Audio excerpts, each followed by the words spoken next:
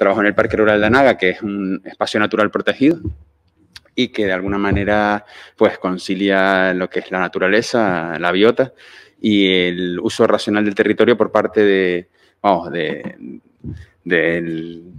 las personas, digamos. Existe una serie de caseríos, existe una serie de población que no es muy elevada, pero vamos, que desarrolla sus actividades dentro de este espacio natural protegido. Les voy a hacer una reseña muy por encima de las características generales del parque en sí, de las reservas integrales que incluye y sobre todo haré un poco más de hincapié en el marco normativo de protección que existe en este entorno. Luego hablaré algo de los usos tradicionales del territorio que se han venido desarrollando a lo largo del tiempo, en las últimas décadas y demás. Y por otro lado también trataré de explicarles un poco qué hacemos como órganos gestores del parque, es decir, qué es el órgano gestor y por qué está constituido y cuáles son sus funciones.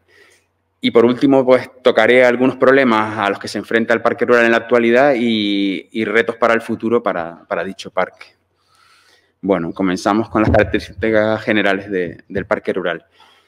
Se trata de un espacio natural bastante grande, que supera las 14.000 hectáreas, está sobre 14.500 hectáreas de superficie, de las cuales casi el 100%, es decir, un 99,52% del suelo es rústico, es decir, está ya hablando de un suelo, de un territorio muy rural, vamos a decirlo así. Se trata de un espacio con un carácter muy concreto. En cuanto a los municipios que lo constituyen el parque, vamos, básicamente Santa Cruz de Tenerife, la mayor superficie, pero también tiene un sector de la cara norte que es de la laguna y un trocito muy pequeño de Tegueste, vamos, que prácticamente en su totalidad es monte de utilidad pública, vamos, así, prácticamente no son suelos privados. Con respecto a la climatología, tiene un carácter especial el tema de la altitud. Se trata de una cordillera que en muchos puntos supera los 1.000 metros de altura. Y esto hace que por orientación y por el régimen de vientos alisios del océano, pues tengamos una vegetación en las cumbres que muchas veces no encontramos en otras zonas de la isla o en otras islas más bajas, ¿no? Como puede ser el Monte Verde o la Laurisilva. Y eso también lleva luego a dar lugar a suelos, a determinados tipos de suelos que solo se encuentran o prácticamente solo se encuentran allí. Es muy importante también la orientación porque cambia absolutamente la climatología dentro del parque en función si estamos en las laderas de Barlovento, es decir, las laderas que están orientadas al norte, a las que están orientadas al sur, las de Sotavento. Cambiando el régimen hídrico totalmente, el régimen de humedad. Con respecto a la geología, hay que decir que se trata de materiales muy antiguos. Tanto Anaga como Teno como el macizo de Adeje son los 3 puntos más antiguos de la isla de Tenerife, que superan los 5 millones de años y quedan incluidos en la serie 1. Varias series. Con respecto a la edafología, tiene muchos tipos de suelos, desde la costa, suelos más raquíticos, más esqueléticos, digamos, hasta en las zonas más altas, donde la presencia del mar de nubes genera una vegetación y un tipo de suelo muy rico en humus y en materia orgánica, que son los andosoles de los cuales se ha estudiado bastante, ¿no? Y más siendo un suelo volcánico. Respecto a la orografía, es importante destacar que los profundos barrancos y las laderas hacen que, vamos, generan una comunicación y un aislamiento, vamos, secular. Es decir, de alguna manera es muy difícil transitar por Anaga y distancias de pocos kilómetros se convierten en mucho tiempo de recorrido, ¿no? Cuando uno los recorre caminando o en vehículo. Y el tema de los cantiles costeros es importante en algunas zonas, digamos que forman, por la erosión, se han generado una serie de paredes, ¿no? De cara al mar, que también albergan mucha flora y fauna muy específica y endémica. Con respecto a la flora y fauna, no cabe duda que se trata de un punto caliente desde el punto de vista de la biodiversidad natural y, de hecho, prueba de ello es la cantidad de endemismos que encontramos en este territorio en el ámbito del parque rural. Sobre todo, vamos, y después el desarrollo de especies arbóreas en el Monte Verde también es importante.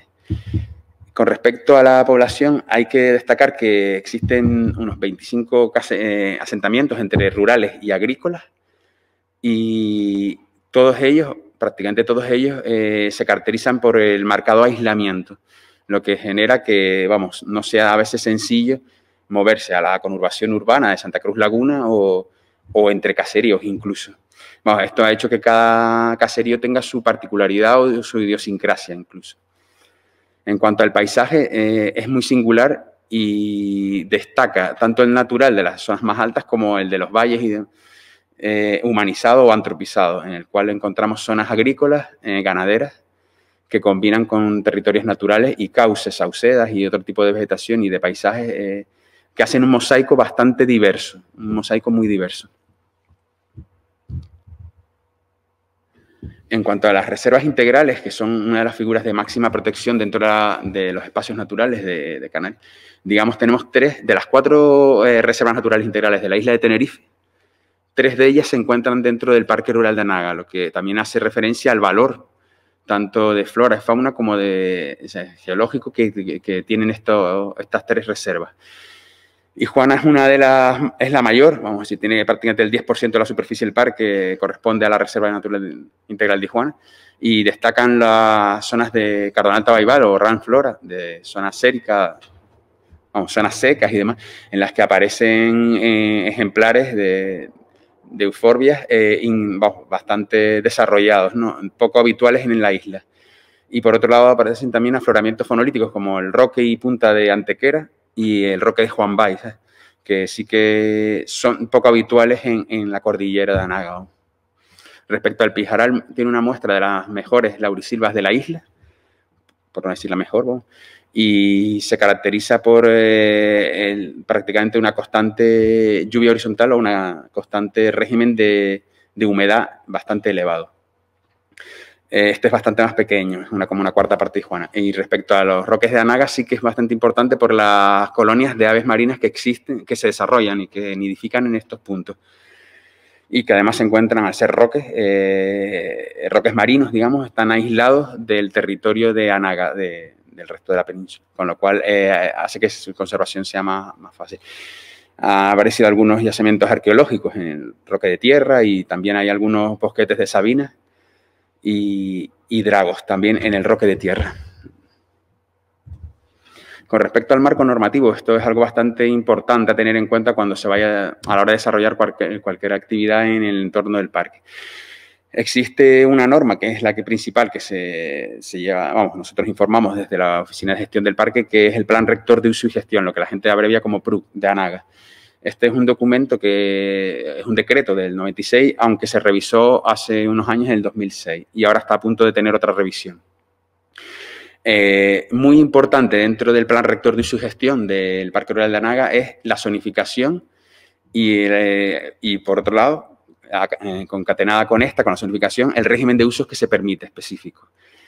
Les muestro una imagen en la cual se puede ver, digamos, la zonificación del parque rural. Casi toda la superficie la mayor parte de la superficie son zonas de uso moderado, que es el color más claro que se ve por aquí. Estos son zonas de uso moderado. Aquí hay un régimen de uso relativamente moderado. De alguna manera no se pueden hacer, se permite el uso público, el senderismo y una serie de actividades, pero no se pueden hacer nuevas infraestructuras, se pueden mantener las que ya hay, salvo por utilidad pública o interés general, se pueden hacer bastantes pocas cosas. Luego existen unas zonas de uso tradicional que coinciden con los valles, normalmente, que son estas amarillas, en las cuales aquí podemos desarrollar una serie de actividades, sobre todo económicas, ¿no? Agrarias y ganaderas, sobre todo. Y aquí es verdad que en la actualidad existe una cierta actividad en estas. Luego existen las zonas de uso restringido, que son las verdes oscuras, como el Sabinar de Afur, por ejemplo, o los cantiles que dan hacia la Punta del Hidalgo, hacia Tamadite, Roque de Aborno. Estas son zonas de uso restringido, donde, digamos, se permite muy pocos usos. Incluso el uso público está muy condicionado, muy limitado. Las reservas que veíamos son Ijuana, que es la de la Punta de Anaga, el Pijaral y los Roques de Anaga. Estos son zonas de exclusión, es decir, aquí prácticamente no se puede hacer nada. Se puede atravesar el Pijaral bajo permiso, un número determinado de personas al día, pero está muy limitado. Y, por último, las zonas de uso general son pequeñas zonas como Cruz del Carmen y unas pequeñas zonas que hay dentro de la Hacienda de Cubas, en el Barranco del Cercado. Hay un par de puntos de zonas de uso general donde se prevé hacer una serie de infraestructuras por parte del parque, o estaban previstas. Y, bueno, zonas de uso especial son los caseríos, que son muy pequeñitos, son bolsas chiquititas pegadas a las carreteras, y que corresponden con el mayor Estaganana, pero corresponden con todos los asentamientos rurales del parque. Bueno, esto sería la zonificación y el uso específico. Hay un régimen de uso general también que queda recogido en el PRUC, pero vamos, el régimen de uso específico es el más detallado. Con respecto a los planes, a otros marcos normativos, tenemos los planes directores de las reservas integrales. Es decir, cada una de las 3 reservas tiene su plan director y está, digamos, aplica y está publicado desde el año 2004 y es de aplicación en estos ámbitos. Respecto a las directivas europeas, al encontrarse dentro de la Red Natura 2000, también tiene una serie de documentos de regulación, vamos a llamarlos así, que serían los planes de gestión. Existe una serie de planes de gestión que hablan de la SEC, ¿no?, de la Zona Especial de Conservación, y habla también de la regulación que en ellos debe haber, como inicialmente lugares de interés comunitario y luego zonas de especial conservación. Son los espacios naturales europeos, vamos a decirlo así. Y estos planes se publicaron en el 2016, son bastante recientes y tenemos que aplicarlos cuando informamos actuaciones y actividades en el parque. Y otras regulaciones que aplican también, pero que ya no informamos. Bueno, la ley del suelo a veces nosotros reseñamos desde los informes del Parque Rural, pero es de aplicación, es del año 2017, es la ley del suelo y espacios naturales de Canarias. Y por otro lado existe regulación sectorial, como pueden ser montes, existe una ley de montes a nivel nacional, existe una ley de costas que es a nivel nacional, carreteras que es de la comunidad autónoma porque es una competencia que está transferida. Y después, por ejemplo, el plan hidrológico, que esto lo gestiona el Cabildo a través del Consejo Insular de Agua. Existe una serie de regulaciones, aparte de estas, ¿no?, pero que serían por materia, ¿no? Por ejemplo, si quiero hacer algo en un cauce, me tienen que informar desde el Consejo Insular de Agua porque el plan hidrológico regula los cauces públicos, ¿no? O sea, son regulados, ¿no? Entonces, también tengo que pasar por esa normativa y cumplir con los requisitos que ella fija, que esa normativa fija. Bueno, esta era la zonificación y que el régimen de uso. Respecto a los usos tradicionales que ha habido en el territorio de Anaga, destaca principalmente la ganadería, sobre todo de cultivos extensivos, nada intensivos, y que se caracterizan por una gran biodiversidad agraria. Prueba de ello es los trabajos que ha desarrollado el Centro de Conservación de la Biodiversidad Agraria de Tenerife, el CCBAT, que se llama, desde el área de agricultura del Cabildo, y donde se ha hecho muchas prospecciones y donde se han encontrado muchos cultivares y muchas razas de vegetales, sobre todo de herbáceas, pero también de frutales. Hay muchos frutales que tan solo se encuentran en Anaga. Por otro lado, el tema de la ganadería, siempre ha habido un modelo de pastoreo, vamos a decirlo así, y en la actualidad se tiende a un modelo de, sobre todo caprino, vamos a decir, de cabras y semiestabuladas. Y también hay algunos asentamientos y algunos focos de apicultura. Se explota también el recurso apícola. En cuanto a los aprovechamientos forestales, hace décadas era muy importante en algunas zonas del parque, ¿no? Es decir, realmente hubieron zonas en que se aprovechó a matarrasa, que es cortar completamente la vegetación, y eso lleva a una vegetación en algunas zonas muy nueva, ¿no? Es decir, que no muy evolucionada, como puedan ser los montes públicos y los entornos de los montes de Tegueste y demás, fueron bastante explotados. En la actualidad los usos son mucho más limitados por el tema del cambio del modelo agrícola y ya no se usa tanto la madera o los materiales del monte para, digamos, para la agricultura o para la ganadería. Entonces eso ha hecho que la explotación y los aprovechamientos hayan disminuido. En cuanto a las aguas subterráneas, sí que se mantienen y se mantienen en pozos, en forma de pozos y galerías, básicamente, aguas subterráneas. Y sí que existe una cierta explotación para suministro, sobre todo de la conurbación y de los caseríos y de la zona de la población del parque rural, digamos. Uno de los usos tradicionales que es muy importante y que llama la atención es el tema de la caza con Z, por el tema de los cotos de caza privados, ¿no? Es decir, uno de los territorios dentro de la isla de Tenerife, de los 2.000 kilómetros cuadrados de Tenerife, con más densidad de cotos de caza privados, ¿no? Y eso también es un hándicap o un limitante en algunas actuaciones de la administración o de los privados. Es decir, bueno, está ahí. Es decir, hay muchos cotos privados y existe una tradición o una cultura, digamos, muy, muy arraigada allí de la caza, ¿no? Todavía a día de hoy. Es una cosa a tener en cuenta. Y en cuanto a otros usos, vamos, reseño aquí el uso público recreativo, digamos, por las zonas recreativas que quedan en Anaga y sobre todo por el senderismo y actividades en la naturaleza que en este último año hemos visto que se han incrementado mucho por la situación actual, pero que siempre ha existido desde hace muchos años, desde la época en que estaba Patrimonio Forestal y el ICONA, pues ya habían senderos señalizados en Anaga. Prácticamente Anaga y el Valle de la Orotava fueron de las primeras zonas en señalizar senderos, en que se señalizaron senderos. Y esa tradición de senderos turísticos sigue a día de hoy. incrementada pues con senderos que se han señalizado con la señalítica de la ERA, el organismo europeo de señalización y demás. Y existen aproximadamente, según los compañeros que llevan esto desde la oficina, unos 150 kilómetros de senderos señalizados dentro del parque. Y unos 300 y algo sumando los no señalizados. Con respecto a la oficina de gestión del Parque Rural de Anaga, que es donde yo trabajo, digamos, está constituida, digamos, está integrada en todo el Servicio Técnico de Gestión Ambiental del área de Medio Natural y Seguridad del Cabildo de Tenerife, básicamente. Y orgánicamente, digamos, está compuesta por un director, por 4 técnicos, guías intérpretes, que son los que gestionan el centro visitante, agentes de medio ambiente que llevan la disciplina ambiental y operarios ambientales que llevan el mantenimiento de infraestructuras como senderos y miradores.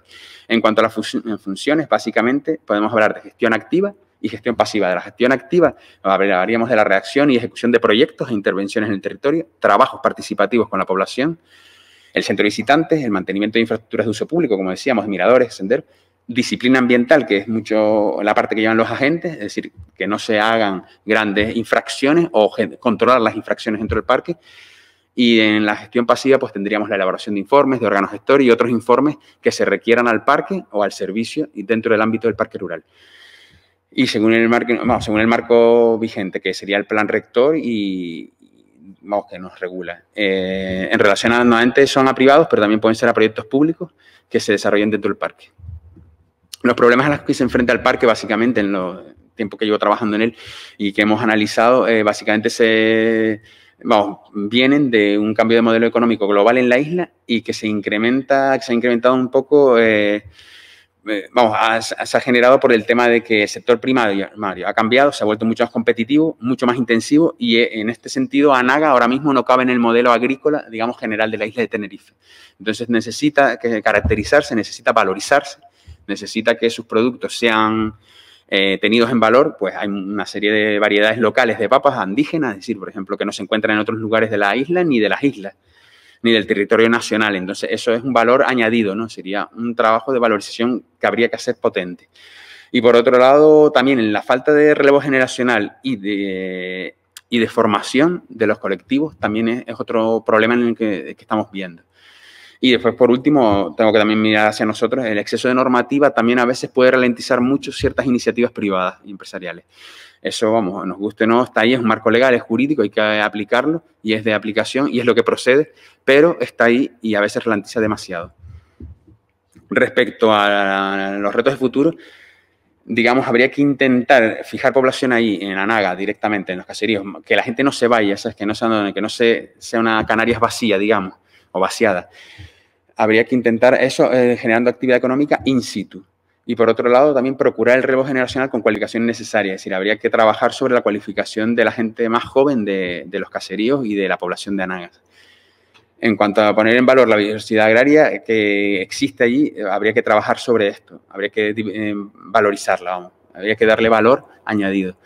Y en cuanto a aprovechar la afluencia de uso público al espacio, que es mucha en los últimos años y medio, por ejemplo, ha sido abismal, ha sido tremenda. Aquí habría que incrementar la actividad económica en los asentamientos. Sería una posibilidad para los asentamientos y para generar más actividad económica. Pero claro, estudiándole y que siendo siempre viable y que sea sostenible y que de alguna manera sean, digamos, actividades que sean complementarias que se complementen con la conservación del espacio.